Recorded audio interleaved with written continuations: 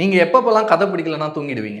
என்ன ப்ரோ எல்லாமே ட்ரெய்லர்ல தான் எடுத்து வருது. ஆக்சுவலி இப்போ இன்டர்வியூஸ்ல தான் லைட்டா தூக்குற மாதிரி ட்ரௌசியா இருக்குது. கதையெல்லாம் கேட்கும்போது இதுவாக தான் ப்ரோ இருப்பேன், கான்சியஸாக தான் இருப்பேன். எங்க டீம் மெம்பர்ஸ் பொடி வச்சு பேசுற மாதிரி இருக்குது. இல்ல இதுவுமே ட்ரெய்லர் தான். நான் கதை சொல்லும் போது தான் ஒரு சில பேர் அப்படியே கட்டில் சொக்கி அந்த ஃபீல்டில் தான் போயிருக்காங்க. அதை பார்க்கும்போது அப்படியே அப்படின்ட்டு இருக்கும். ஸோ அதான் அது ஆக்சுவலி அவங்க வேணும்னுலாம் தூங்க மாட்டாங்க. உண்மையாகவே இந்த 3 மணிக்கு மேலே இந்த டைம்லலாம் கதை சொன்னேன்னு வைங்களேன், அந்த டைம் தான் இருக்கிறதுலே பிரச்சனையான டைம். கரெக்டாக சாப்பிட்டு வந்து உட்காந்துருப்பாங்க. அப்போ அவங்கள மீறி அது ஆக்சுவலி ஒரு பயாலஜிக்கல் மேட்டர் தான். அவங்க தூங்கக்கூடாதுன்னு தான் நினைப்பாங்க இன்ட்ரெஸ்ட். ஆனால் அவங்கள தாண்டி கண்ணு மூடும். அது நமக்கே புரியும். கொட்டாய் வரும், அதை கண்ட்ரோல் கொண்டு பாடி லாங்குவேஜ்லாம் பண்ணுவாங்க. கொட்டாய் விட்டுறியா, பிரச்சனை இல்லையா, எப்படி பண்ணுற அப்படின்ட்டு இருக்கும்.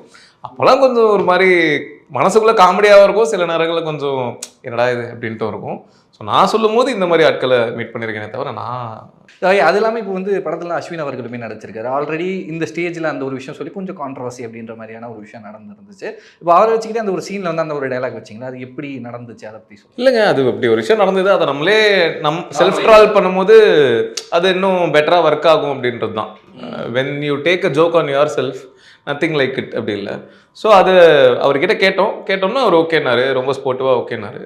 ஸோ அதனால டீசர்லேயுமே அவர் அப்படி தான் இன்ட்ரடியூஸ் பண்ணியிருக்கோம், ட்ரெய்லர்லேயும் அது இருக்குது, படத்தோட ஓப்பனிங்லேயும் அதுதான் இருக்கும். ஸோ அது அவரோட ஸ்போர்ட்டிவ்னஸ் தான், அதை அக்செப்ட் பண்ணதுக்கு. கேட்டோடனே உடனே ஓகேன்றார், பிரச்சனையே இல்லை.